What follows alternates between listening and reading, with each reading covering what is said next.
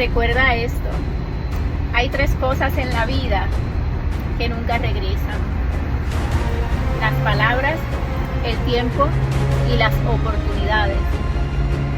Y hay 3 cosas en la vida que pueden destruirte: el orgullo, el rencor y la envidia.